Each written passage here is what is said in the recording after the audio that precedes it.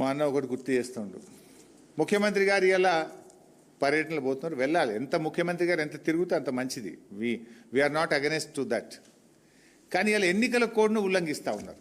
రాష్ట్ర ఎన్నికల సంఘం నిద్రపోతూ ఉందా? రాష్ట్ర ఎన్నికల సంఘం నియమ నిబంధనలు చూసే బాధ్యత లేదా అని నేను అడుగుతా ఉన్నా. ముఖ్యమంత్రి గారు ఇలా ఏం శంకుస్థాపన చేస్తుండ్రు?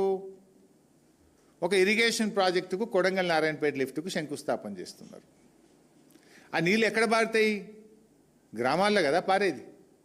నేను మున్సిపాలిటీల కొబ్బరికాయ కొడుతున్న కోడ్ వర్తించదంటే ఏదైనా ప్రత్యక్షంగా పరోక్షంగా ప్రజలను ప్రభావితం చేసేది ఎన్నికల కోడ్లోకి వస్తుంది. ఆ మీటింగ్కి వచ్చిన మహిళా సంఘాలను ఐకేపీ వాళ్ళే ఆర్గనైజ్ చేసిండ్రు. మహిళా సంఘాలకు బస్సులు పెట్టి తోలుకొచ్చింది ఎవరు? గ్రామాల నుంచి తోలుకొచ్చిండ్రు.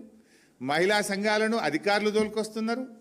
ఇవాళ మీరు శంకుస్థాపన చేస్తున్న రోడ్లు కావచ్చు, ఇరిగేషన్ ప్రాజెక్టు కావచ్చు, ఇవన్నీ కూడా గ్రామాల గుండా వెళ్ళేటువంటివే, గ్రామాల ప్రజలను ప్రభావితం చేసేటివే.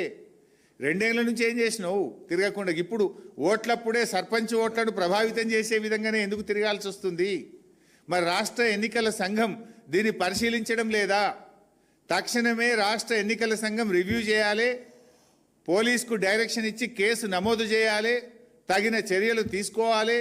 భవిష్యత్తులో జరిగే పర్యటనల మీద కూడా రివ్యూ చేసి ఎన్నికల సంఘం అనుమతి తీసుకున్న తర్వాతనే వెళ్ళాలి. ఎన్నికల సంఘం దృష్టికి కూడా మేము మొన్న తీసుకుపోయినాం. మా దగ్గర సిద్దిపేట జిల్లాలో కూడా తీసుకుపోయినాం. తీసుకపోతే లేలే మాకు ఎన్నికల సంఘం ఆర్డర్ ఉన్నది, గ్రామాలకు సంబంధించింది, గ్రామాలను ప్రభావితం చేసేది చేయకూడదు అన్నారు. మరి వాళ్ళు చేస్తున్నది ఏంది? ఒక రోడ్డు మున్సిపాలిటీ నుంచి ఊళ్ళకి పోతుంటే అది గ్రామంకి పోయేది కాదా? నీళ్లు గ్రామానికి పోయేది కాదా? అంటే ఇలా పూర్తిగా ఎన్నికల నిబంధన తుంగలో దొక్కుతూ ఇలా ముఖ్యమంత్రి గారి పర్యటన జరుగుతూ ఉంది. రాష్ట్ర ఎన్నికల సంఘం చట్టపరంగా న్యాయపరంగా యాక్ట్ చేయాలని, నియమ నిబంధనలు పాటించాలని బీఆర్ఎస్ పార్టీ పక్షాన్ని డిమాండ్ చేస్తున్నాం.